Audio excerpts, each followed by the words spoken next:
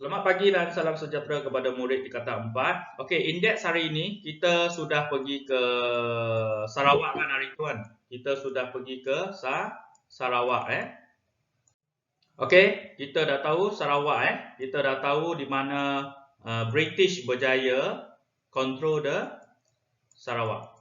Why? Why British berjaya control the Sarawak? Sebab keluarga Brooke bagi Sarawak kepada British. British sebenarnya tak boleh masuk Sarawak, tetapi disebabkan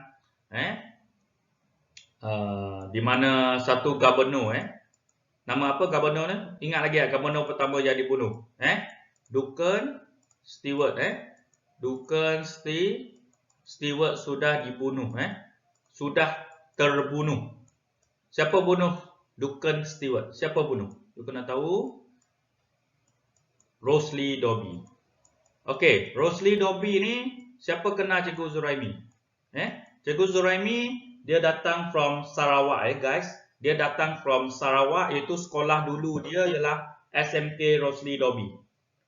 Dia come from SMK Datuk Samsudin Naim. So, you ingat Cikgu Zuraimi, you ingat Rosely Dobbie, dia bunuh Duncan Stewart, gubernur pertama, wakil British pertama di Sarawak dibunuh oleh masyarakat tempatan. So, apabila kejadian ini berlaku, British ambil kesempatan dan terus menguasai Sarawak. So, kita tengok pula topik kita hari ini ialah Sabah. So, kita dah habis berkenaan dengan Sarawak. Kita akan pergi ke Sabah. Ini sudah habis, kita akan pergi ke Sabah. Okey, kita kena tahu selepas Jepun apa yang berlaku selepas kekalahan Jepun? Selepas Jepun kalah selepas Jepun kalah, apa yang berlaku after the Japanese defeat in our tanah Melayu and Sabah Sarawak,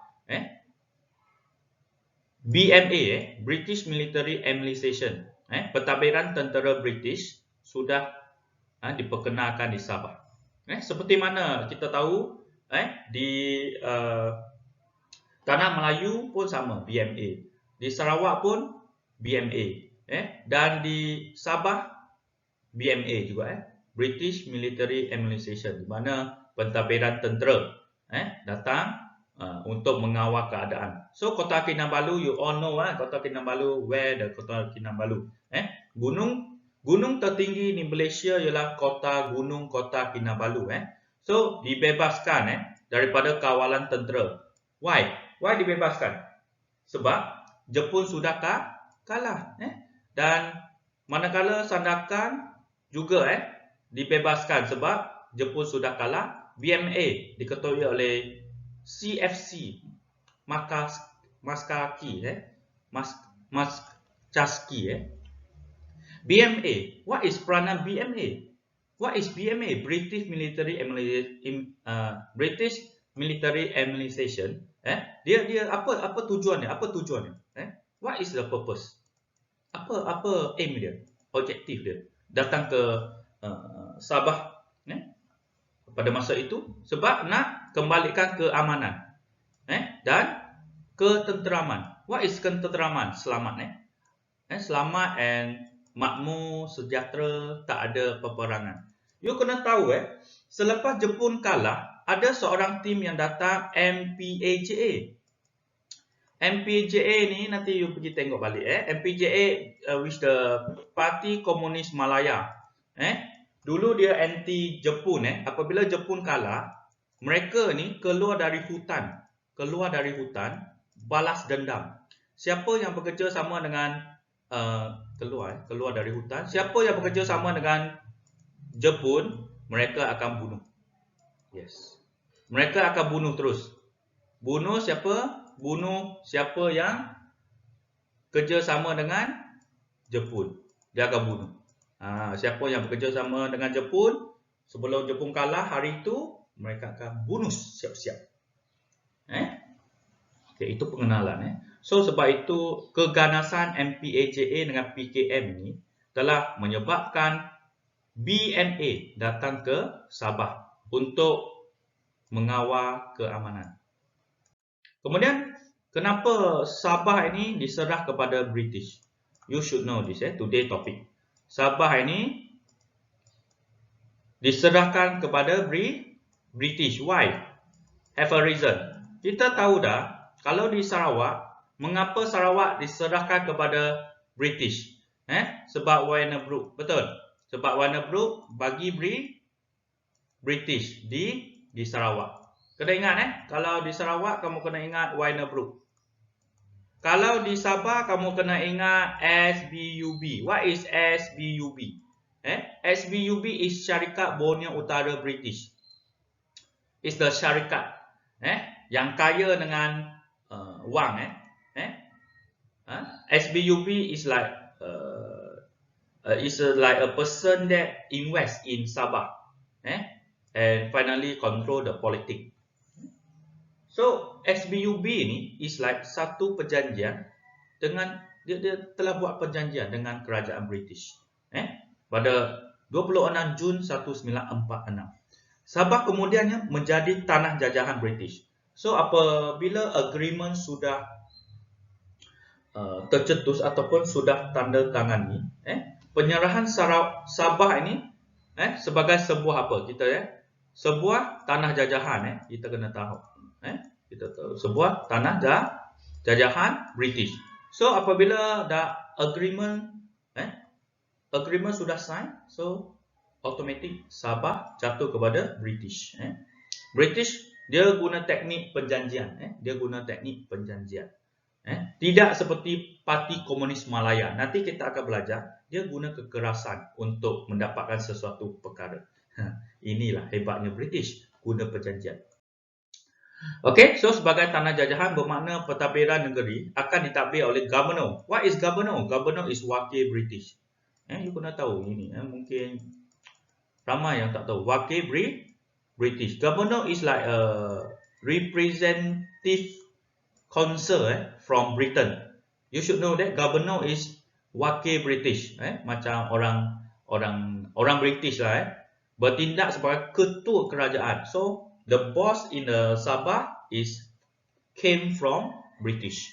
Governor British, wakil British pertama ialah Sir Edward Twining. Sir Edward Twining in Sabah. Governor yang pertama di Sarawak yang sudah kena bunuh, Duncan Stewart. Dibunuh oleh Rosely Dobbie di Sarawak. Kena ingat Okey, kejap. Cikgu ulang balik Sarawak, siapa? Governor yang pertama, wakil British. Siapa dia? Duncan Stewart. Duncan Stewart. Siapa bunuh dia? Rosely Dobbie. Kena ingat Cikgu Zuraimi Cikgu Zuraimi ini dia datang daripada sekolah SMK Rosely Dobbie sebelum datang ke sekolah kita. Itu di Sarawak. Kalau kita tengok di Sabah, siapa? Siapa Governor yang pertama? Sir Edward Twining. Okay. You should know this. Okay. So Sabah. Okay, tak apa. Nanti cikgu akan share slide ni. Okay, next kita tengok mengapa British nak Sabah. Why? Kenapa British nak Sabah? Sabah ni kaya ke? Kenapa British nak datang ke Sabah, nak jajah Sabah? Perdana Menteri Britain from London, Clement NT ketika itu sedang menyelesaikan soal pemberian kemerdekaan. So Perdana Menteri ini dia uruskan kemerdekaan di mana? Sri Lanka. Siapa pernah dengar Sri Lanka? Kamu kena ingat selepas Perang Dunia Kedua, penjajah kena bagi kemerdekaan. Kamu kena ingat yang ni. Penjajah kena bagi kemerdekaan kepada tanah jajahan dia. Kena ingat ni this is add value Penjajah kena bagi kemerdekaan. Bagi kemerdekaan kepada siapa? Kepada kepada negara yang dijajah, kepada negara yang dijajah seperti Sri Lanka, India, Burma. Semua ini negara British yang British jajah. Termasuklah Tanah Melayu dan Sabah Sarawak. So, apabila mereka bincang berkenaan dengan Sri Lanka, India, Burma ni, pada masa yang sama, apabila British sudah bagi kemerdekaan kepada Sri Lanka, dah tak ada tanah jajahan. Bagi India kemerdekaan, British tak ada tanah jajahan. Burma, British tak ada tanah jajahan. So British dia cari tanah jajahan yang baru, dan melanggar perjanjian Atlantik di mana semua penjajah diminta memberi kemerdekaan. Tetapi British tak nak. British nak cari tanah jajahan yang baru, iaitu Sabah. Dia aim for Sabah. Sebab dia dah hilang Sri Lanka, India dan Burma, sebab sudah merdeka. So Sabah merupakan sebuah negeri yang berpotensi menggantikan jajahan tersebut. Sabah berupaya membekalkan sumber bahan mentah. So di Sabah ni sangat banyak dengan sumber bahan mentah dan kawasan pasaran bagi barangan British. So maksudnya British dapatkan Sabah ini sangat luas, sangat very large places. So dia boleh cari sumber bahan mentah seperti kayu balak, sumber minyak, kemudian barang-barang yang ada dari kilang British itu dia bawa produk from kilang British, dia jual. Pasar is jual barang British. So masyarakat guna barang British di Sabah. Kawasan pasaran is like kawasan market British, from industry British to Sabah user. Okay. So itu nombor satu. Nombor dua, meneruskan dasar British dalam hubungan luar. What is meneruskan dasar British? Meneruskan dasar British ialah meluaskan jajahan. Meluaskan jajahan.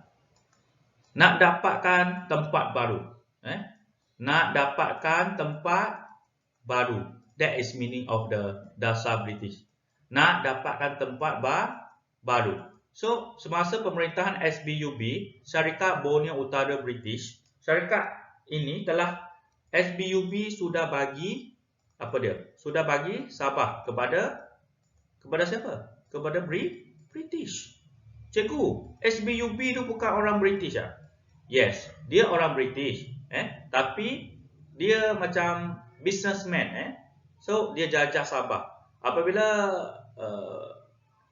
ada masalah, dia bagi British, atas kertas, atas black and white paper, So Sabah menjadi negeri naungan British, automatic, British menguasai perhubungan luar negeri dan pertahanan Sabah. So semuanya dimaster oleh, dijajah oleh British, So SBUB ini membuat keputusan untuk menyerahkan Sabah kepada British. Sebab kita nampaklah SBUB ini dulunya dijaga oleh British, dan apabila Sabah diserang, British bantu. So sampai masanya SBUB bagi Sabah itu kepada British selepas Jepun kalah. Sebab apa? And number third is masalah kewangan. Sama juga di Sarawak, Wyner Group. Di Sabah juga ada masalah kewangan. Sebab you kena tahu, selepas Jepun sudah kalah, banyak kerosakan yang berlaku. Tengok, tentera Jepun telah memusnahkan Jessiton, kudat Sandakan. Sebelum meninggal ni, sebelum balik ke Jepun tu, dia rosakkan semua barang-barang yang ada di Sabah. Kerosakan ini memberi kos yang besar, sangat besar. So SBUB ni, Cikgu Chiu dah cakap, dia macam businessman. So apabila kos yang besar ni, dia sudah tidak mampu untuk handle. Tidak mampu ditanggung handle oleh SBUB. So tidak mampu handle tak apa tak ada wang untuk bangunkan Sabah. Apabila pihak syarikat bersetuju, pihak syarikat ni siapa? Pihak syarikat ni ialah SBUB bersetuju menyerahkan Sabah kepada British kerana kekurangan dana. Kamu kena ingat SBUB bagi Sabah ini kepada British sebab tak ada wang. Nak bankrupt lah. So dia bagi British. Faham setakat ni? Okey. So selepas itu kesimpulan. Tengok. Relax. You datang, you belajar sikit. So kita pergi ke kesimpulan. Penyerahan Sabah ini kepada British. Siapa yang serahkan Sabah kepada British? Guys, saya nak komen daripada kamu. Siapa yang serahkan Sabah itu kepada British? Boleh komen di ruangan komen. Siapa yang bagi Sabah itu kepada British? Siapa? Boleh komen sikit Boleh. Okey, nanti komen dulu. Siapa yang bagi Sabah ini kepada British Soalan Cikgu Ciu. Nanti jawab, nanti Cikgu Ciu akan baca komen anda. So, penyerahan Sabah kepada British disebabkan oleh beberapa faktor Yang pertama, pemulihan prasarana. Prasarana is kemudahan kemudahan. You know kemudahan? Kemudahan tandas, kemudahan jalan raya, kemudahan pejabat pos and so on So akibat kemusnahan sudah dimusnahkan dan kemudian untuk kepentingan British. That's why Sabah jatuh kepada tangan British. So ini latihan kepada murid-murid yang tak ada dalam talian atas talian. Yang ada dalam atas talian ni tolong jangan keluar dulu sebab kita ada perbincangan soalan. So menyiapkan latihan buku kerja siapa yang ada buku kerja 62 latihan 4.6 bincangan faktor-faktor penyerahan Sabah kepada British. Ada berapa? Ada 3 3 add on 1 is not mistaken. 8 markah. Cikgu, banyaknya 8 markah. Nak buat macam essay, an essay a day. Ataupun write an attempt. No, bukan macam tu. Nanti kita bincang. Cikgu Ciu akan bincang bersama kamu. Pada pendapat anda, sekiranya anda seorang pemimpin, adakah anda akan minta orang asing untuk menyelesaikan masalah dalaman negara sepenuhnya? Okey? So, tolong buat. Sekian, terima kasih. Yang ada dalam talian atas talian, jangan keluar lagi. Yang tak ada dalam atas talian yang mendengar perkongsian Cikgu Ciu, terima kasih. Kita jumpa kelas yang seterusnya. Sekian, terima kasih. Stay safe. Cikgu Ciu, guru sejarah, mengambil berat ilmu sejarah. Bye bye.